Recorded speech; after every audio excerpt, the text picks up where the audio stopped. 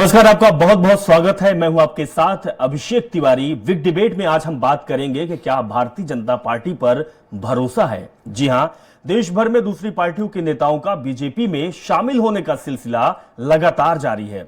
मध्य प्रदेश की बात की जाए तो करीब 5700 नेता बीजेपी का दामन थाम चुके हैं। इसके बाद कई तरह के सवाल भी खड़े हो रहे हैं कि आखिर कांग्रेस नेता बीजेपी क्यों ज्वाइन कर रहे हैं, इसके पीछे का कारण क्या है। ये तमाम सवालों के जवाब जानने का प्रयास करेंगे, चर्चा को विस्तार देंगे, लेकिन उससे पहले देख लेते हैं एक रिपोर्ट। लोकसभा चुनाव से पहले दूसरे दलों के नेताओं का बीजेपी में शामिल होने का सिलसिला लगातार जारी है। इस साल 1 जनवरी से 9 मार्च तक करीब 5800 नेता बीजेपी ज्वाइन कर चुके हैं। इनमें पूर्व विधायक, पूर्व मंत्री और पूर्व सांसदों के अलावा जनपद पंचायत अध्यक्ष, पार्षद समेत सामाजिक संगठनों के प्रमुख शामिल हैं। दरअसल दूसरी पार्टी के नेताओं को शामिल करने के लिए बीजेपी ने न्यू ज्वाइनिंग टोली का गठन किया है। पूर्व गृह मंत्री डॉक्टर नरोत्तम मिश्रा को इस टोली का संयोजक बनाया गया है। पूर्व मंत्री संजय पाठक को सह संयोजक बनाया है। न्यू ज्वाइनिंग टोली दूसरे दलों के नेताओं का फीडबैक जुटाकर उन्हें पार्टी में शामिल करती है। वहीं भाजपा के प्रदेश अध्यक्ष वी.डी. शर्मा का कहना है कि दूसरी पार्टी से आए लोग चाहते हैं कि वे देश के लिए बेहतर काम करें, इसलिए बीजेपी के साथ आ रहे हैं। उन्हें पता है कि कांग्रेस समेत दूसरे दलों का कोई भविष्य नहीं है। शर्मा कहते हैं कि प्रधानमंत्री नरेंद्र मोदी के प्रति ये जनता का विश्वास है, इसलिए इतनी बड़ी संख्या में दूसरे दलों से आए लोग बीजेपी में शामिल हो रहे हैं। दुनिया के अंदर भारत का आज मान और सम्मान बढ़ा है, तो ऐसे नेतृत्व में आज लोग आना चाहते हैं।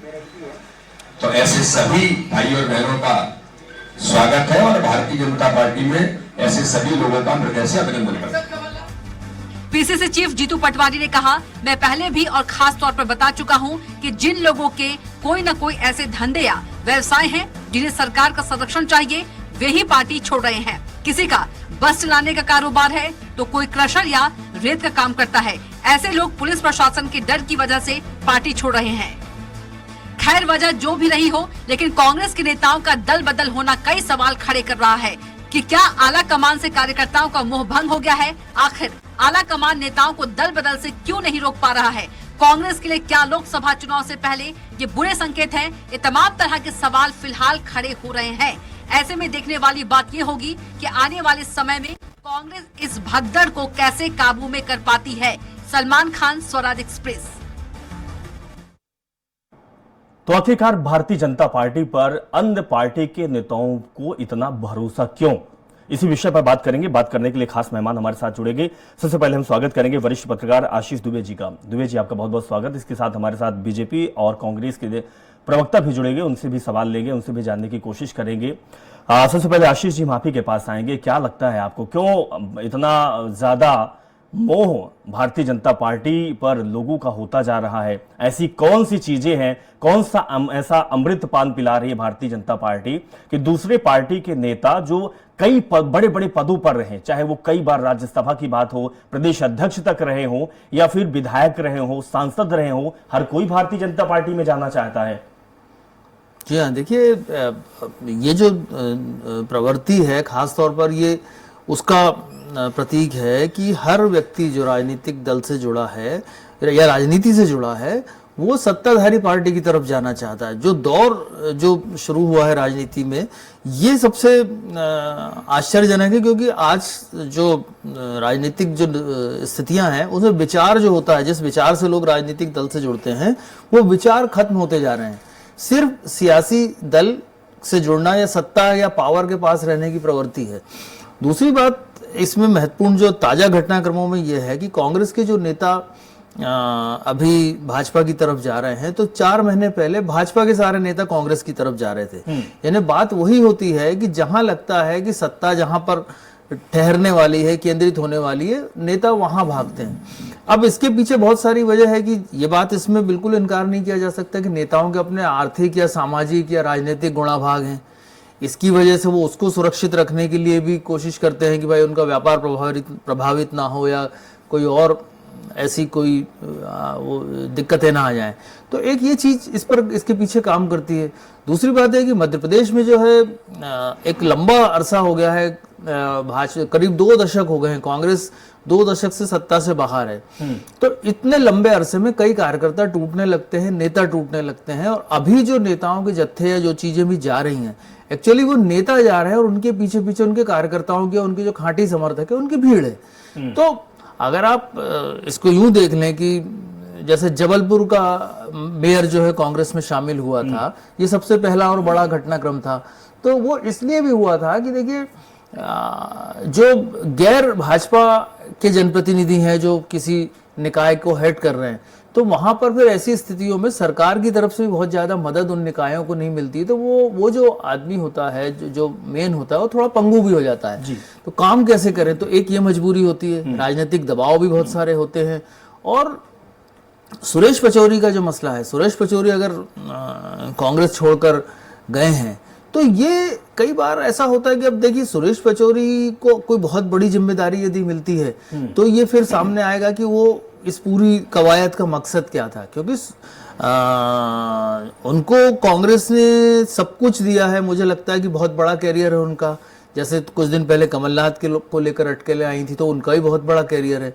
तो जब ऐसे लोगों का विचार हिलता है, प्रभावित होता है, तो ये स्थिति होती है। तीसरी जो सबसे बड़ी बात है, किसी भी पार्टी का प्रबंधन कमजोर होना। कांग्रेस का प्रबंधन जो है कमजोर है, वो अपने नेताओं को सहेज के नहीं रख पा रही है।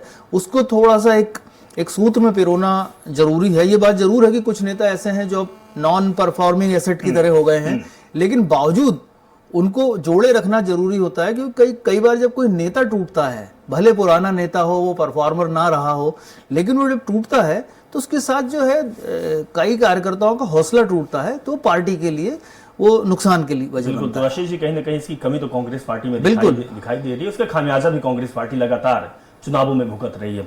हमारे साथ अलमास सलीम जी जुड़े हुए हैं, कांग्रेस प्रवक्ता है। अलमास जी, आपका भी बहुत बहुत स्वागत है। शिवम शुक्ला भी जुड़े हैं, आपका भी स्वागत है। शिवम जी, आप ही के पास आएंगे। जिस तरीके से भी बात कर रहे थे, आशीष दुबे जी ने बात कही कि विचारधारा की लड़ाई होती थी, राजनीति में आते थे विचारधारा की वजह से।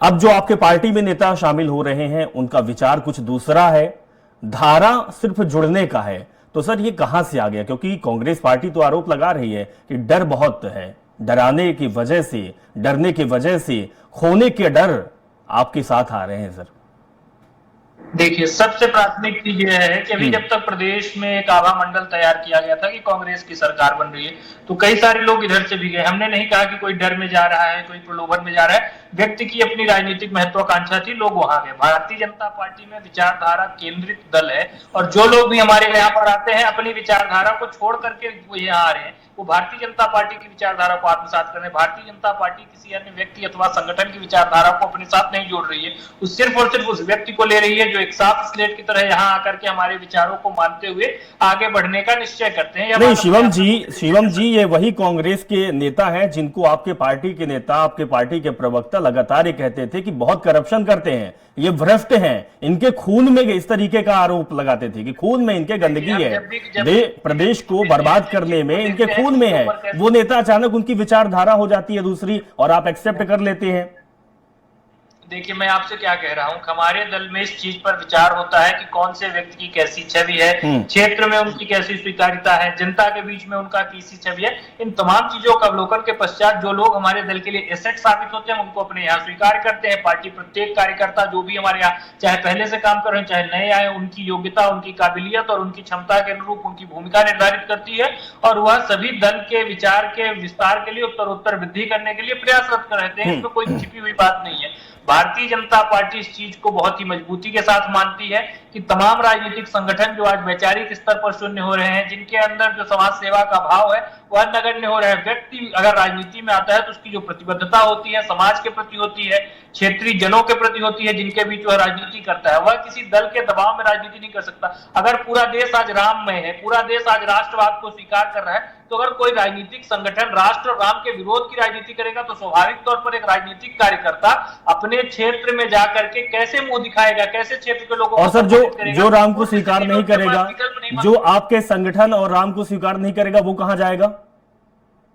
देखिए, मैं स्वाभाविक तौर पर आपको क्या कह रहा हूं कि जो लोग राम और राष्ट्र को स्वीकार नहीं करेंगे, उनको विचार करना चाहिए कि वो कहां जाएंगे। जनता उनको उनकी हकीकत दिखा रही है, वो कहां जाएंगे। जो स्थिति आज कांग्रेस की है, जो स्थिति आज समाजवादी पार्टी की है, जो स्थिति अन्य इस प्रकार से राष्ट्र और राम विरोधी राजनीतिक संगठनों की, जनता उनकी स्थिति निर्धारित कर देती है कि वह कहां जाएंगे। इस चीज को जनता सुनिश्चित करती है कि कम से कम वह सत्ता पर आसीन नहीं होंगे, जनता उनको अपनी सेवा का अवसर नहीं देगी। जनता इस चीज का मूल्यांकन बहुत ही तय मानकों के अनुरूप करती है कि अगर आपको भारत में, मध्य प्रदेश में सरकार बनानी है तो आपको राष्ट्र और राम के साथ जुड़ करके राजनीति ये करनी बात होगी। शिवम जी, आपको यही बात जो राष्ट्र है में वो हजम नहीं होती है कि जिस तरीके से आप ये टैग लगा देते हैं कि हम राम भक्त हैं और जो राम मंदिर मैं नहीं कोई गया टैग नहीं वो लगा रहा हूं, राम देखिए, विरोधी हो जाता है। सर ये टैग सर ये टैग आपको कहां से मिल गया? क्या ये आपका हक है? क्या इस तरीके का आरोप आप लगा सकते हैं? क्या आप ये टैग दे सकते हैं कि राम विरोधी? कौन राम विरोधी है? राम विरोधी कौन है सर, ये मैं जानना चाहता हूं। राम किसके नहीं है? जो राम को काल्पनिक बताते हैं, जो राम सेतु को काल्पनिक बताते हैं, जो राम मंदिर का विरोध करते हैं, जो राम मंदिर की प्राण प्रतिष्ठा का विरोध करते हैं, जो तमाम तरीके से विघ्न उत्पन्न करते हैं राम के रास्ते में, वह तमाम लोग राम विरोधी हैं। जो तुष्टीकरण तृप्तिकरण की राजनीति करते हैं वह राम विरोधी हैं। जिनके सरकार के द्वारा चलाई गई गोलियों की वजह से राम भक्तों का जो रक्त है वह अयोध्या की धरती पर आज भी गवाही दे रहा है, वह लोग राम विरोधी है। और देश की जनता उन राम विरोधियों को जवाब देना जानती है। यह तो पूरा देश जानता है कि राम विरोधी कौन है। जनता निर्धारित करती है कौन राम और राष्ट्र के साथ है, कौन राम और राष्ट्र के विरोध में। क्या कारण है कि 25 सालों से आज कांग्रेस को मध्य प्रदेश में वापसी के लिए कोई रास्ता नजर नहीं आ रहा? क्या कारण है कि आज कांग्रेस के अपने नेता कार्यकर्ता जो 25 वर्षों तक किसी कीमत पर नहीं डरे, आज वो अपने दल का परित्याग कर रहे हैं? भारतीय जनता पार्टी को 2023 में तो सत्ता में आई नहीं, हम 2003 से मध्य प्रदेश की सत्ता में, लेकिन इतनी बड़ी संख्या में लोगों का पलायन कभी नहीं हुआ था क्योंकि कांग्रेस ने कभी इतना ओपनली राम और राष्ट्र का विरोध नहीं किया था। जिस प्रकार से अगर सीए की स्ट्राइक होगी तो सेना पर सवाल उठ जाएंगे, राम मंदिर बनेगा तो हिंदुओं की आस्था पर सवाल उठ जाएंगे। तो इन तमाम चीजों का जवाब कांग्रेस के नेतृत्व को देना चाहिए। चलिए ठीक है, जवाब ले लेते हैं। सलीम जी हमारे साथ जुड़े हुए हैं, सलीम जी जवाब देंगे। सलीम जी, अब आपको भगवा पहनने का दिन आ गया है, आपको पहनना चाहिए क्योंकि मध्य प्रदेश में आपको रहना है और मध्य प्रदेश में आपको जीतना है, तो आपको राममय होना पड़ेगा सलीम जी। और दूसरी बात है कि कमी तो आपके अंदर भी है साहब, कमी ना होती तो आपके पार्टी के इतने बड़े नेता धुरंधर है, पल भर में उनका मोह भंग हो जाता है, बीजेपी दफ्तर पहुंच जाते हैं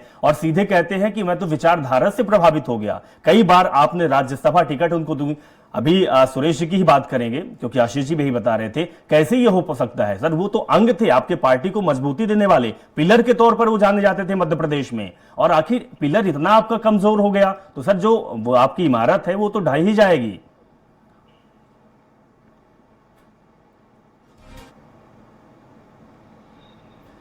सलीम जी की आवाज नहीं आ पा रही जी। अभी आवाज आ रही है आपको? हाँ जी, आवाज है जी, अपनी बात रखिए सलीम जी। मैं कह रहा हूँ जिन दलबद्ध नेता जी के बारे में या जिन दलबद्ध नेताओं के बारे में आप कह रहे हैं, मैं उनपे चंद पंक्तियां पढ़ना चाहता हूँ कि भगवा लहर चली थी, दल बदल कर लिए हुजूर, जय राम कहकर भगवा झंडा उठा लिए हुजूर। सत्ता चली गई तो सिद्धांत बदल लिए हुजूर, सत्ता दल में शामिल होकर माल बना रहे हैं हुजूर। पहले राम जी को काल्पनिक मानते थे हुजूर, अब चारों तरफ राम ही राम देखते हैं हुजूर। पहले मोदी को कोसे बिना पानी नहीं पीते थे हुजूर, अब मोदी की बड़ाई किए बिना चैन नहीं लेते हुजूर। पहले की चोरी चकारी से बरी हो गए हुजूर, दल बदल करते ही ईमानदार हो गए हुजूर। जिन नेताजी की आप बात कर रहे हैं, कांग्रेस पार्टी ने उनको 4 बार से भी ज्यादा राज्यसभा भेजा, उन्हें प्रदेश कांग्रेस का प्रदेश अध्यक्ष बनाया और उनके साथ जुड़े हुए जो नेता जैसे संजय शुक्ला जी का अगर हम उदाहरण लें तो उनको भी उनके परिवार के कई लोग कई वक्त से विधायक के लिए लगे हुए थे, विधायक बनने के लिए। उनको कांग्रेस पार्टी ने विधायक का टिकट दिया, उस पर वो जीते, उन्होंने समाज से मान सम्मान पाया और वह सम्मान पाने के बाद जब वो चुनाव में फिर से कांग्रेस पार्टी ने उन्हें मौका दिया और वे हार गए बुरी तरीके से और उनके ऊपर भारतीय जनता पार्टी ने अवैध खनन का आरोप लगाया, 140 करोड़ की रिकवरी का उनके खिलाफ जारी हुआ। तो उसके बाद उन्होंने दल बदलने का जो मैंने आपको भी पंक्तियां पढ़ी वो काफी कुछ साफ कर देती है कि दल नेताजी क्यों बदल रहे हैं। देखिए, कांग्रेस पार्टी एक ऐसा दल है जिसके अंदर सभी लोग, ऐसा नहीं है कि विचारधारा से नहीं जुड़े हुए, सभी लोग एक विचारधारा से जुड़े हैं और वो विचारधारा है गांधी। भारतीय जनता पार्टी मोदी का परिवार होगा लेकिन कांग्रेस महात्मा गांधी जी का परिवार है। नहीं सलीम जी आप अपनी बात रखेंगे, बिल्कुल आपका हक भी है, लेकिन आपको लगता है कि कहीं ना कहीं पार्टी के अंदर कमी है?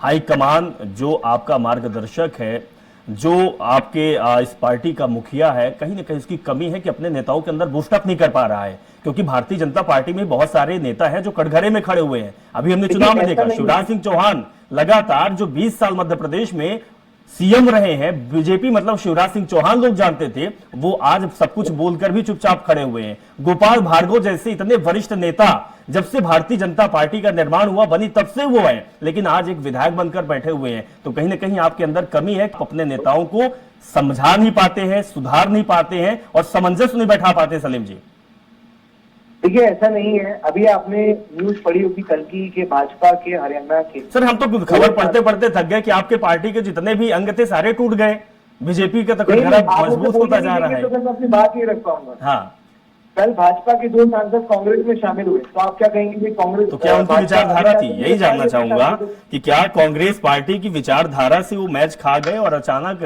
वो ऐसा नहीं है। कांग्रेस पार्टी जो ज्वाइन भी कर लोग ली? जा रहे हैं, आप देखेंगे इनमें से ज्यादातर लोग वो हैं जिनको पार्टी ने सब कुछ दिया, उन्हें पद दिए, उनको पार्टी में सम्मान मिला, वो संसद तक भी पहुंचे, वो मंत्री भी रहे। लेकिन एक वक्त के बाद देखिए, नीति का नियम है कि जब भी पार्टी जब आगे बढ़ती है तो युवा भी आगे आता है। जो पुराने लोग थे वो वरिष्ठ हो गए, और अगर उनको ऐसा महसूस हो रहा है कि पार्टी में उनके लिए जगह नहीं है तो उनको समन्वय बनाना चाहिए, उनको संवाद करना चाहिए। उनका कहना ये है कि पार्टी ने जो है वो राम का उन्होंने नाम लिया, पचौरी जी ने, आपने पचौरी जी का जिक्र किया, मैं बता देता हूँ। आदरणीय सुरेश पचौरी जी ने कहा कि भगवान राम की कांग्रेस में तौहीन की है और कांग्रेस में नकारा है जाने का न्योता, इसलिए मैं स्विच कर रहा हूँ, यही कहा। ठीक है, मेरा उनसे ये सवाल है आपके माध्यम से कि भाई आप इंडिविजुअली भी जा सकते थे, आप तो गए नहीं। और कांग्रेस ने सिर्फ इस इवेंट को इसलिए न्योता एक्सेप्ट नहीं किया था सम्मानजनक, क्योंकि प्राण प्रतिष्ठा होने के लिए कलश का होना बहुत जरूरी है, और मंदिर पूरी तरीके से बना नहीं था, कलश रखा गया नहीं था। तो आप जितने भी हमारे पीठों के गुरु हैं, क्या उनसे बढ़कर हो गए? क्या मोदी जी उन गुरुओं से भी बढ़कर हो गए? चलिए ठीक है सलीम जी, शायद आशीष दुबे जी सब जो सवाल लेंगे उसका जवाब में आप कहीं ना कहीं सेटिस्फेक्शन आपको महसूस होगा और जो कमी है उसका भी आपको एहसास होगा। आशीष दुबे जी, क्या वजह है कि कांग्रेस पार्टी दिनों दिन कमजोर होती जा रही है? जो वर्षों तक देश और प्रदेश में राज की सत्ता में रही, बड़े बड़े नेता कांग्रेस पार्टी से निकले, आजादी की लड़ाई से कांग्रेस पार्टी नींव रखी, कहीं ना कहीं वो पार्टी आज इतनी कमजोर हो गई कि उसको ना तो प्रत्याशी मिल रहा है, ना उसको नेता मिल रहा, ना कोई विचार उसके जम रहे, ना उसकी कोई धारा बह रही। क्या कारण है? और हमने देखा है कि विधानसभा में उसकी हालत क्या हुई। पार्टी के नेता पार्टी में रहते हुए भी कांग्रेस पार्टी के नेताओं पर आरोप लगाते हैं कि हम अपनी बात कहें किससे, सुनने वाला कोई नहीं है। गांधी परिवार पर आरोप लगता है, प्रदेश के जो बड़े नेता होते, चाहे प्रदेश अध्यक्ष हो या जिसके हाथ में बागडोर हो, उन पर भी आरोप लगते हैं। क्या कारण है कांग्रेस की इतनी कमजोरी? देखिए, जैसा मैंने पहले भी जो मैं समझ पाया कि कांग्रेस के साथ समस्या क्या है कि उसके विचार पर टिकने वाले लोग अब कम हो गए हैं। दूसरी बात, सत्ता की आंधी ऐसी है कि जिसमें लोग अपने बहुत सारे हितों को लेकर चिंतित हो गए हैं।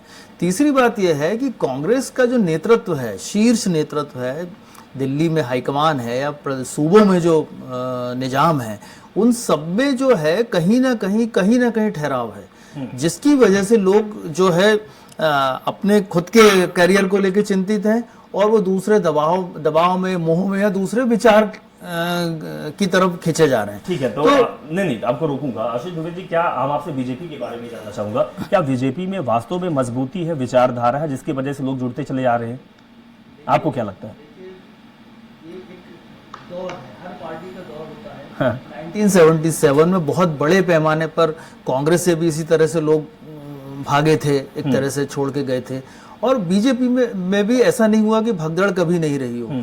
लेकिन जैसा एक सत्ता का प्रवाह है बीजेपी के साथ, और पहली बार ऐसा हो रहा है कि कोई दल दूसरे दल को बिल्कुल घोषित तौर पर, कि जैसे वो क्या एक नारा है कांग्रेस मुक्त, जो उनका एक अभियान है, उस तरह से चल रहा है। तो बहुत सारी चीजें इसके पीछे, लेकिन जो बीजेपी की जहां तक बात है, बीजेपी का जो विचार है, तो अगर कांग्रेस के पुराने नेता अचानक मोहभंग की स्थिति में है, या हम देख रहे हैं वो जा रहे हैं या तटस्थ हो रहे हैं, तो ये स्थिति बीजेपी में नहीं है, ऐसी बात नहीं है जी। बीजेपी में भी कई बहुत सारे पुराने नेता हैं जो साइडलाइन हैं, और नई जो न्यू बीजेपी ये नजर आती है, नए लोग हैं इसमें, नई चीजें हैं, नए कांग्रेस के लोग भी हैं और दल के लोग भी हैं, और नई धारा से बीजेपी चल रही है।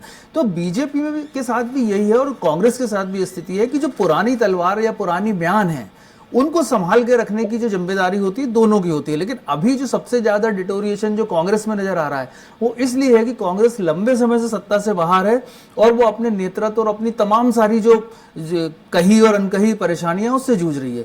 लेकिन ये जो एक लंबे समय से एक भारी मात्रा में जब लोग किसी दूसरे दल में जाएंगे तो वहां का विचार भी प्रभावित होगा। आज नहीं तो कुछ समय बाद, कुछ दशक बाद, कुछ जमाने के बाद ये स्थिति बीजेपी को भी झेलनी पड़ेगी कि जब दूसरे विचार के लोग वहां आएंगे तो क्या होता है। बीजेपी के पास एक बहुत समृद्ध विचार के लोग हैं और बहुत वो आज बीजेपी जहां है वहां तक वो ही लोग उसको लेके आए।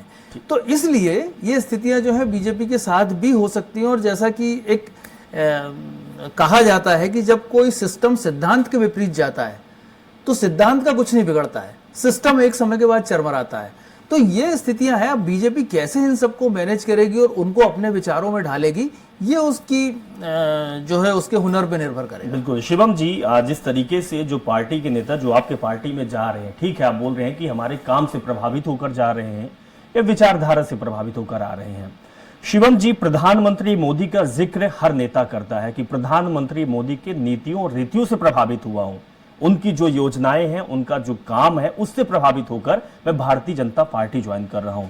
लेकिन बीजेपी का नाम बहुत कम नेता है जो लेते हैं कि बीजेपी से प्रभावित होकर ले रहा हूं। संगठन भारतीय जनता पार्टी है, मोदी आज प्रधानमंत्री हैं, कल नहीं रहेंगे, तो क्या वो मजबूती भारतीय जनता पार्टी की रहेगी? जिस तरीके से आशीष जी ने बात कही है कि कल वो दौर भी भारतीय जनता पार्टी को देखना पड़ सकता है जो अभी आज कांग्रेस के साथ हो रहा है। देखिए, भविष्य की कल्पनाओं पर जीने वाले लोग अक्सर गच्चा खा जाते हैं। भारतीय जनता पार्टी के बारे में तमाम तरीके के जो लोग एक प्रकार से पॉलिटिकली अनटचेबल मानते थे वही लोग आज हमारे साथ जुड़ने के लिए आतुर हैं। तो यह चीजें तो समय का गर्त में क्या है उसके बारे में मैं टिप्पणी नहीं करना चाहता। लेकिन जो सबसे महत्वपूर्ण चीज है, प्रधानमंत्री जी का जो विचार है वह तो उन्हें भारतीय जनता पार्टी के परिवार में ही बाल अवस्था से, किशोर अवस्था से जब वह संगठन की सीढ़ियां चढ़ रहे थे तब सीखने को मिला। तो प्रधानमंत्री जी का विचार और दल का विचार एक दूसरे के पूरक है, उसमें कोई विभेद की स्थिति नहीं है कि राहुल गांधी कांग्रेस के ऊपर कोई वामपंथी विचारधारा थोपने का प्रयास करें। प्रधानमंत्री जी का जो विचार है वह मौलिक रूप से ही भारतीय जनता पार्टी का विचार है, एक दूसरे के या पर्याय है, इसलिए इसमें कोई कंट्राडिक्शन की संभावना नहीं है। प्रधानमंत्री जी वैश्विक स्तर के हमारे नेता है, तो कोई भी व्यक्ति जब दल से जुड़ेगा तो स्वाभाविक तौर पर नेता की तारीफ करेगा जिसके बलबूते हम इतनी ज्यादा सीटें ला रहे हैं। प्रधानमंत्री जी की लोकप्रियता तो किसी से छिपी हुई नहीं है। जिस प्रकार का समर्थन उनको है, जिस प्रकार से लोग उन पर विश्वास करते हैं और जिस प्रकार से उन्होंने सनातन की विचारधारा को आगे बढ़ाया, उन्होंने जहां एक और हमारा सांस्कृतिक अभ्युदय किया उसके साथ ही साथ वैज्ञानिक चेतना का भी प्रवाह किया है। तो तमाम चीजें लोग, विभिन्न राजनीतिक कार्यकर्ता देख रहे हैं। उनका डेडिकेशन, जिस प्रकार की तपस्या उन्होंने की है, जिस प्रकार से लगातार वह जन सेवा की भावना को लेकर के अग्रसर रहते हैं। जहां राहुल गांधी एक और दिखावे की यात्रा कर रहे हैं, प्रधानमंत्री जी अपने संगठन के उत्तरदायित्वों का निर्वहन कर रहे हैं, एक राजनेता के रूप में सरकार की जिम्मेदारियों का निर्वहन कर रहे हैं और तथा ही एक तपस्वी और जो एक प्रकार से शासक का जो गुण होता है तो समाज के लिए प्रधानमंत्री मोदी का जिक्र हर समय होता है। आखिरी सवाल सलीम जी आपसे लेंगे। सलीम जी, आपकी भी सरकार रही है, जो देश के मुद्दे हैं कहीं ना कहीं आप उन मुद्दों पर, आपकी सरकार जो कांग्रेस पार्टी वो टच भी नहीं करती थी। चाहे प्रधानमंत्री मोदी की बात करें या गृह मंत्री अमित शाह की बात करें, लगातार मुखर होते हैं, उनका स्टैंड क्लियर होता है। चाहे वो सीएए की बात करें जो आज उसका कानून का लागू हुआ, 3 तलाक की बात करें, धारा 370 की बात करें, ऐसे बहुत सारे मुद्दे हैं, चाहे पीओके की बात करें, आप लोग कभी खुलकर नहीं बोले हैं, इन पर राजनीति करते आ रहे हैं। क्या इसी वजह से आप पीछे जा रहे हैं और देश इस चीज को समझ रहा है? नहीं, देखिए ऐसा बिल्कुल भी नहीं। कांग्रेस पार्टी ने हर वक्त जब भी ऐसे कोई इश्यूज उठे हैं उन पर हमेशा खुलकर बोला है, चाहे संसद के अंदर हो या संसद के बाहर। आपने देखा होगा कुछ दिन पहले संसद में से लगभग 140 से भी ज्यादा सांसदों को सस्पेंड कर दिया गया था और इतने आर्बिट्ररी तरीके से करा गया था कि उसके लिए कोई रीजन भी सही नहीं दिया गया था। जब संसद में कांग्रेस को और ऑपोजिशन को, यानी कि विपक्ष को, भाजपा रहनी ही नहीं देखी तो कांग्रेस को स्वाभाविक रूप से सड़कों पे जाना पड़ेगा। वही हमारे आदरणीय नेता राहुल गांधी कर रहे हैं, वही जनता के बीच में जाके जनता की बात कर रहे हैं उन इश्यूज पे, चाहे वह अग्निवीर योजना के बारे में हो, चाहे वे बेरोजगारी के बारे में हो, चाहे वे जातिगत जनगणना के बारे में हो। कोई भी ऐसा इशू जो भारतीय जनता पार्टी जिससे जनता को भटकाना चाहती है, जो मूल मुद्दों से भटकाना चाहती है, उन इश्यूज को जनता की सलीम जी, तो विपक्ष है, अगर विपक्ष आपकी बीजेपी है तो उसका काम भी यही तो होता है, राजनीति भी तो यही है। कूटनीति ना हो तो फिर राजनीति किस काम की? सर, आप ये बोल रहे हैं, सर आपका ये कहना है कि भारतीय जनता पार्टी खत्म कर रही है मुद्दों को हटा रही है मुद्दों से दूर, तो सर आप क्या कर रहे हैं, विपक्ष क्या कर रहा है? विपक्ष तो ये काम ही है, अगर आप मजबूत नहीं है, आपकी जड़ें मजबूत नहीं है, तो उखड़ना तो स्वाभाविक है। फिलहाल बहुत बहुत शुक्रिया हमारे साथ आप जुड़े, सलीम जी, आशीष दुबे जी आप, और शिवम शुक्ला जी, आप भी हमारे लिए बहुमूल्य समय दिया, बहुत बहुत शुक्रिया। तो जिस तरीके से देश में राजनीति चल रही है और जिस तरीके से भारतीय जनता पार्टी का कुनबा लगातार बढ़ता जा रहा है और कांग्रेस पार्टी या फिर अन्य दलों का सिमटा जा रहा है, उससे तो एक बात साफ है, तो कहीं न कहीं नेताओं की केवल विचारधारा नहीं है, बल्कि राजनीति में आगे बढ़ने और टिके रहने के लिए एक मूल मंत्र जो भारतीय जनता पार्टी दे रही है वो उनको स्वीकार किया जा रहा है। दूसरी तरफ आरोप भी लगाया जा रहा है कि कहीं न कहीं ईडी, आईटी और सीबीआई का डर है। क्या डर के वजह से नेता ज्वाइन कर रहे हैं या उनकी विचारधारा मैच खा रही है, इसलिए भारतीय जनता पार्टी का दामन थाम रहे हैं? हालांकि अतिशयोक्त वाली बात है कि विचारधारा अचानक कैसे बदल जाती है और क्या बदलाव के पीछे कोई राज या फिर कोई रहस्य है, ये आने वाला समय जरूर बताएगा। हालांकि कुछ चीजें जनता को भी समझ में आती है और हो सकता है कि लोकसभा चुनाव में ये चीजें समझ के और निखर भी जाए, क्योंकि बिखर तो रही है विपक्ष, अब निखरना बाकी है, एक मौका और है, इसके बाद होता है क्या ये परिणाम जरूर बताएगा। फिलहाल इस कार्यक्रम में इतना ही, जुड़े रहे और देखते रहे स्वराज एक्सप्रेस। नमस्कार।